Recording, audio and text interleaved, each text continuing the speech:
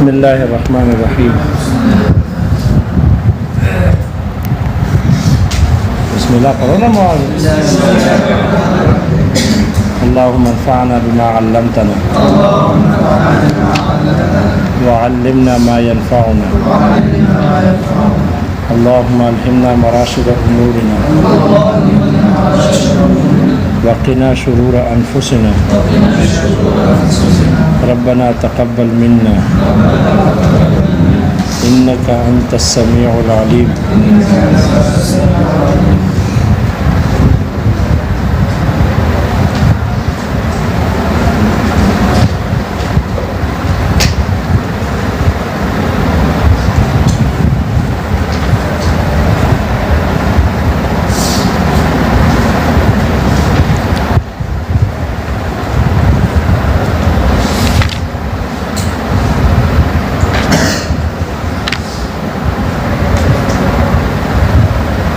کل یہ بیان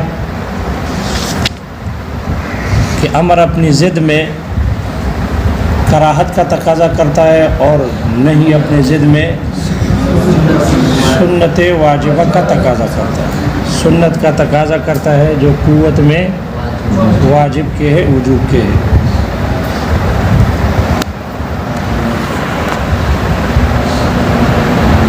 آیا ہمارے نزدیک ایسا ہو سکتا ہے کہ اگر کسی امر کی ضد ایک ہو تو وہاں وجوب ہو سنت نہ ہو، امر کی ضد حرمت ہو، یا نہیں کی ضد اگر ایک ہے تو وہاں وجوب ہو؟ آیا ایسا ہو سکتا ہے یا نہیں ہو سکتا؟ یہ ہمارا مذہب تو نہیں ہے. ہمارا مذہب تو یہی ہے کہ امر اپنی ضد کے کراہت کا تقاضا کرتا ہے، کراہت تحریمی کا، اور نہیں اپنی ضد کے سنت کا تقاضا کرتا ہے. لہذا اگر کسی اب ایمان والے مسئلے میں جب ہمارے ہاں ایمان لانے کا حکم ہے تو کیا کفر مکروہ ہوگی؟ امر اپنی ضد کے کراہت کا تقاضا کرتا ہے تو ایمان لانے کا جب حکم ہے تو ایمان لانے کی ضد ہے کفر کرنا، تو کیا کفر مکروہ تحریمی ہوگی یا حرام لعین ہی ہوگی؟ کراہت تحریمی تو نہیں ہے نا، کراہت تو نہیں ہے بلکہ بعین ہی حرام ہے. تو یہ جو آپ ضابطہ بیان کیا والمختار عندنا، ہمارے نزدیک راجح اور پسندیدہ قول مذہب یہی ہے، تو پھر اس کا کیا جواب ہوگا کہ جب امر کی ضد یہ مکروہ تحریمی ہے تو اس کا مطلب ہے کہ پھر کفر مکروہ تحریمی ہونا چاہیے، حرام لعین ہی نہیں ہونا چاہیے. اور کفر پر نہیں آئی ہے کہ لا تکفر، کفر نہ کرو، تو کفر کی ضد ایمان لانا ہے. اس کا معنی ایمان لانا سنت ہے جو قوت میں واجب کے ہے، ایمان لانا فرض نہیں ہے. پتہ نہیں اشکار ہو رہا ہے؟ لیکن یاد رکھنا اصول اور قاعدہ تو ہمارا یہاں یہی ہے کہ امر اپنی ضد کے کراہت تحریمی ہونے کا تقاضا کرتا ہے. امر کی ضد مکروہ تحریمی ہوگی الا یہ کہ اس پر کوئی اور دلیل سمعی، کوئی دلیل نقلی وارد ہو جائے اس کے کبھی حرام لعین نہیں ہونے پر. اب جیسے امر بالایمان ہے تو امر بالایمان اس کی ضد کفر ہے، تو امر کے عقلی دلیل کی وجہ سے تو ہم کہیں گے کہ کفر مکروہ تحریمی ہے، اور کفر حرام لعین ہی بھی ہے اس لیے کہ اس کے حرام ہونے پر بھی دلائل موجود ہے. کفر کے حرام ہونے پر بھی دلائل موجود ہے. تو اب کفر جو حرام ہے اس وجہ سے نہیں کہ ہم نے وہ مذہب ثالث و یا رابع لے لیا کہ ہمارے نزدیک اگر امر کی ضد ایک ہوگی تو حرام ہوگی، تحریم کا حکم ہوگا، نہیں کی ضد ایک ہوگی تو وجوب کا حکم ہوگا. ہم نے وہ مذہب اختیار نہیں کیا، ہمارا اپنا ہی مذہب ہے. تو یہاں پر جو کفر کے حرام ہونے کے جو ہم قائل ہیں وہ اس وجہ سے نہیں ہے کہ دوسرا تیسرا مذہب ہم نے قبول کیا، اختیار کیا، بلکہ اس وجہ سے کہ اس کے حرام لعینہ ہونے پر، حرام ہونے پر اور دلائل موجود ہیں، دوسرے دلائل موجود ہیں، ان دلائل کی بنیاد پر، ان پر مستقل مقصودی طور پر دلائل موجود ہونے کی وجہ سے وہ حرام ہے، تو ان دلائل کی وجہ سے وہ حرام لعین ہی ہے، اور امر بالایمان کی وجہ سے وہ مکروہ تحریمی بھی ہے، مکروہ تحریمی بھی ہے۔ اسی طرح نہی عن الکفر، نہی عن الکفر، کفر سے منع ہے تو اس کی ضد ایمان ہے، ایمان لانا ہے، اور ایمان لینا جیسے ہمارے کہاں قاعدے کا تقاضا ہے کہ وہ سنت ہو، لیکن چونکہ ایمان لانے پر مستقل دلائل موجود ہے کہ اس کے وجوب پر اور فرضیت پر دلالت کرتے ہیں، تو ایمان کا لانا جو واجب اور فرض ہے وہ مستقل دلائل ہونے کی وجہ سے ہے، نہ کہ ہم نے تیسرا یا چوتھا مذہب اختیار کر کے اس قول کو لیا ہے۔ اس لیے امر نہیں عن الکفر، امر بالایمان کے سنت ہونے کا تقاضا کرتا ہے، یہ عقلاً ہے، اس کا سنت ہونا ہم عقل سے ثابت کرتے ہیں، اور امر کی ضد مکروہ تحریمی ہونا یہ عقلاً ثابت ہے، نقلاً نہیں ہے، اس پر دلیل نقلی سمعی موجود نہیں ہے۔ پتہ نہیں بات سمجھ میں آ رہی؟ لہذا یہ عقلی بات ہے، عقلاً یہ وہ مکروہ تحریم ہوتی ہے یا وہ سنت کے معنی میں ہوتی ہے۔ اگر اس پر کوئی مستقل دلیل دلالت کرے تو عقلاً بھی اس کا حکم یہ ہوگا کہ وہ امر کی ضد مکروہ تحریمی ہوگی، اور اگر اس پر دلیل بھی کراہت تحریمی ہونے پر دلالت کرے تو اس دلیل مستقل کی وجہ سے وہ بھی مکروہ تحریمی ہوگی، جو بھی حکم شرعی ہو۔ اب جب ایمان لانے کا حکم ہے تو اس کی ضد کفر، امر بالایمان کے تقاضا یہ ہے کہ وہ مکروہ تحریمی ہو عقلی طور پر، اور اس کے حرام لعینہ ہونے پر دلیل نقلی بھی موجود ہے۔ وہ کچھ سمجھ میں آ رہا ہے؟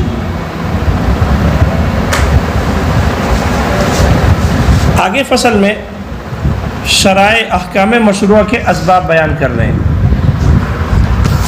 احکام مشروعہ کے اسباب، طرق، اسباب مشروعہ کے وہ طریقے کہ جن سے ان احکام مشروعہ کی پہچان ہوتی ہے، احکامات جس سے پہچانے جاتے ہیں، ان اسباب سے متعلق یہ فصل ہے۔ اسباب جمع ہے سبب کی، سبب کہتے ہیں وسیلے اور ذریعے کو، سبب کہتے ہیں،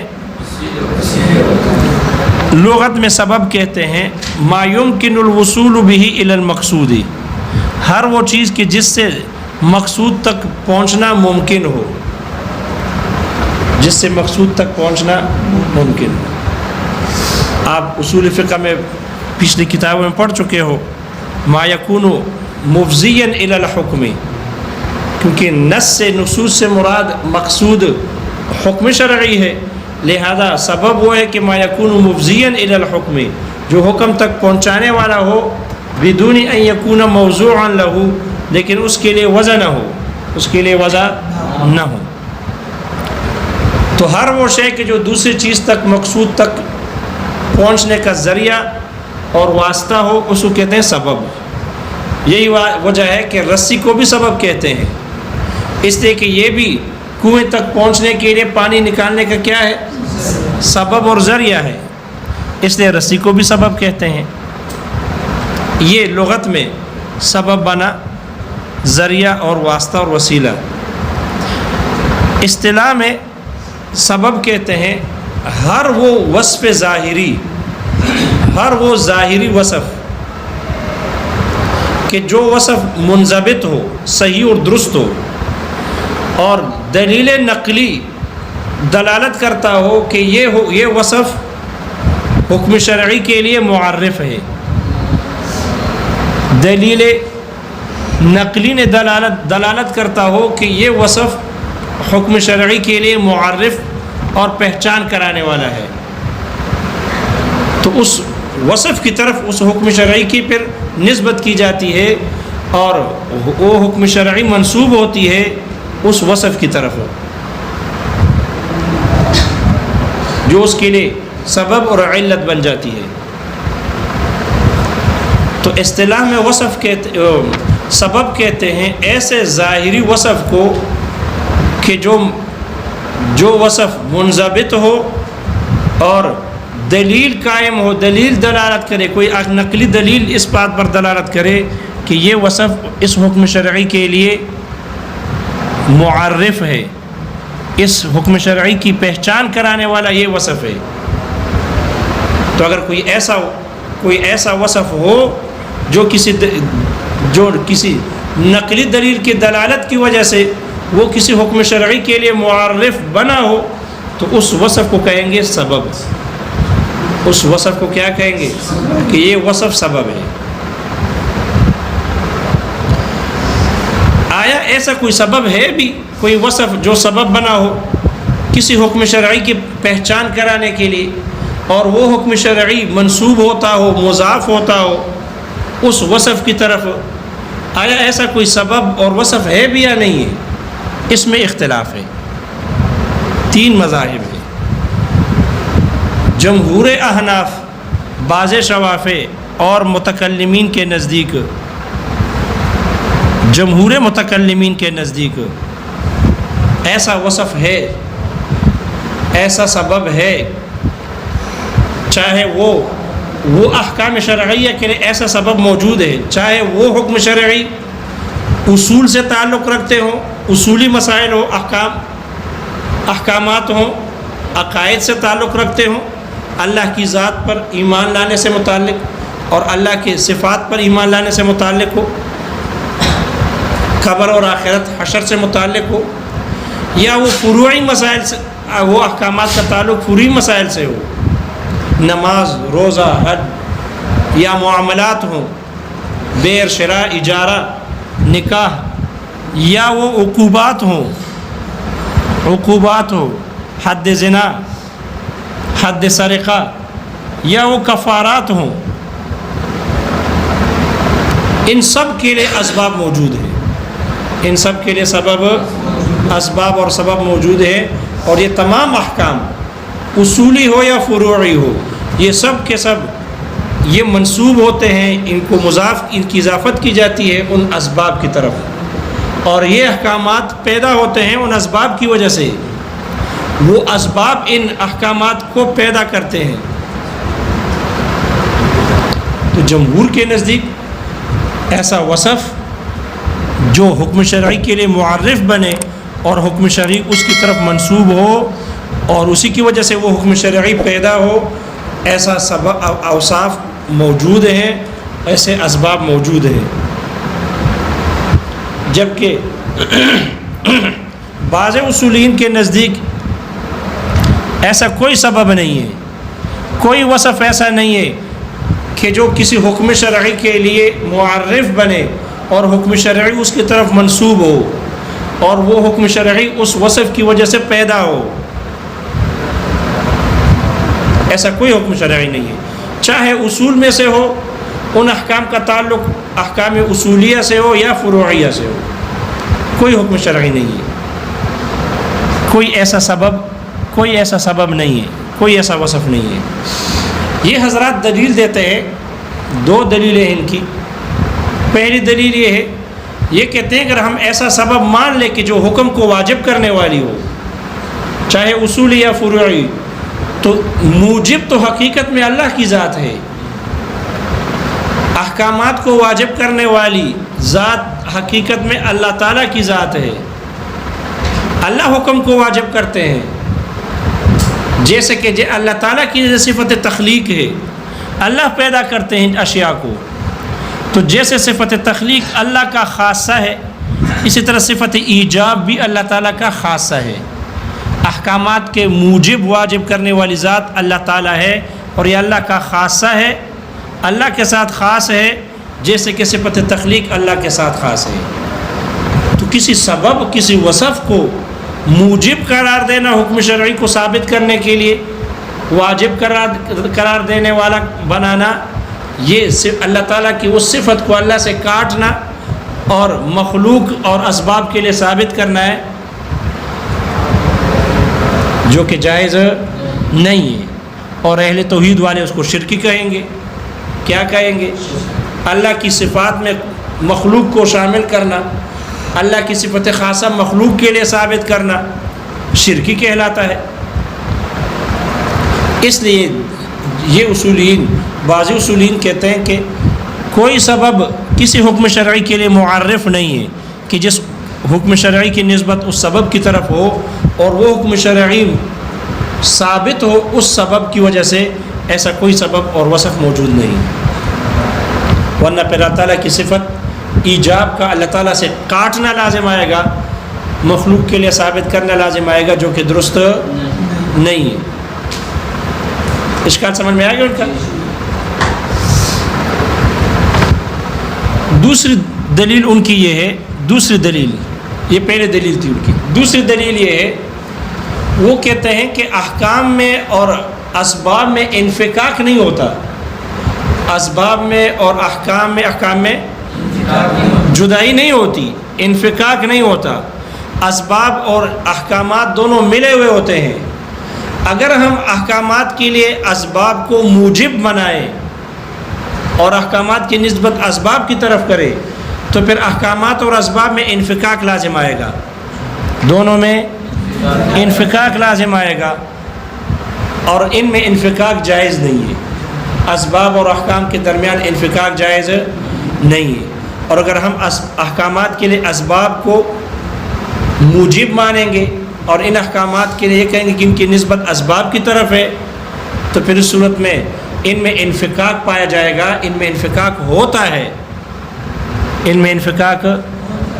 اگر یہی اسباب موجب ہیں ان احکامات کے لیے تو پھر ان میں انفکاک نہیں ہونا چاہیے، حالانکہ انفکاک ہے. ان میں جدائی نہیں ہونی چاہیے لیکن جدائی ہے. کیوں؟ اس لیے کہ اگر یہی اسباب ہی موجب ہیں تو اسباب تو شریعت سے پہلے موجود تھے، احکام شریعہ کے لیے اسباب موجود تھے، کائنات موجود تھی، کسی نے اللہ کی ذات پر ایمان نہیں لایا. یہی صبح شام ظہر مغرب عشاء موجود تھی لیکن نمازیں نہیں تھیں، نمازیں. یہی مال اموال اور مویشی موجود تھے، زکوٰۃ نہیں تھی. یہی خانہ کعبہ بیت اللہ موجود تھا لیکن حج نہیں تھا. یہی رمضان کا مہینہ آتا رہا جاتا رہا لیکن روزہ واجب نہیں تھا. یہی لوگ ایک دوسرے کو قتل کرتے رہے لیکن حدود نہیں تھے، قصاص نہیں تھا. لوگ قسمیں کھاتے تھے، کفارات نہیں تھے. تو اسباب تو موجود تھے، احکامات نہیں تھے. معلوم ہوا کہ اسباب کی احکامات کے موجب اسباب نہیں ہیں، احکامات منسوب نہیں ہوتے اسباب کی طرف کیونکہ ان میں انفکاک نہیں ہوتا، اور یہاں انفکاک ہے. معلوم ہوا یہ اسباب یہ موجب نہیں ہے، یہ احکامات کو واجب نہیں کرتے. یہی وجہ. اسی طرح اگر دارالحرب میں کوئی آدمی ایمان لے آئے، مسلمان ہو جائے دارالحرب میں، اور ابھی دارالاسلام اس نے ہجرت نہیں کی، تو ان کے حق میں صبح اور شام موجود ہے،